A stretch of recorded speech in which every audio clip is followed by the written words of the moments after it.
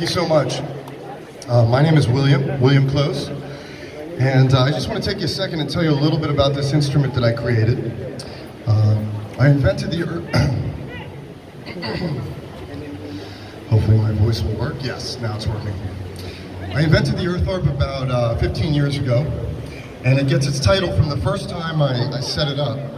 I mounted a series of chambers from one side of a canyon, and I ran the strings clear across to the other side. So it turned that canyon into a giant harp, the world's first earth harp. Now I've had some amazing adventures and journeys with the instrument.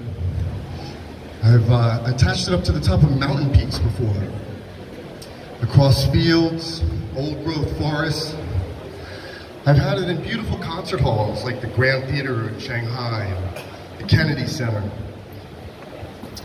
I've had it at the Coliseum in Rome one time. That was amazing. Attached to the Arch of Constantine. Recently, I've been stringing it to the top of skyscrapers. Oh, this is a little hot, guys. Check 1, 2. I think maybe it's, yeah.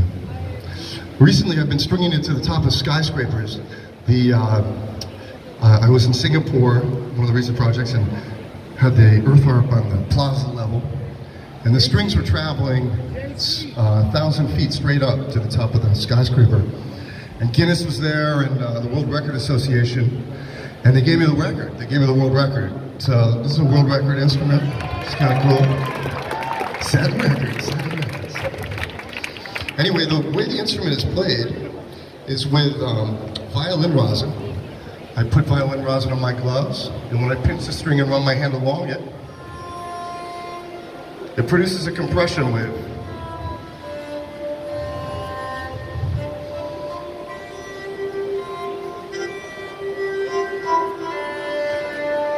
It's tuned with these tuning blocks here. The further out the block is, the lower the pitch. So this would be the highest note. And as I go down the scale,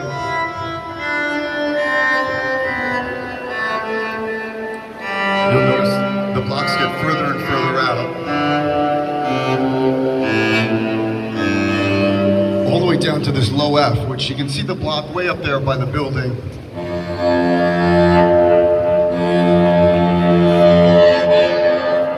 Yeah, I like that one. That's the low F.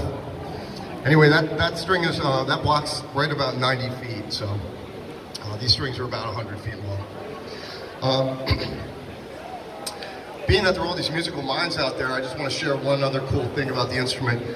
These strings out here are what are called sympathetic strings, and a number of instruments use them. But basically what happens is, as I'm playing these inside strings, the vibration goes down into the bridge here, and it travels over and into these strings, and starts to vibrate those strings. So even though I'm not playing them, they are making sound. And I just think that's such a cool concept, sympathetic vibration.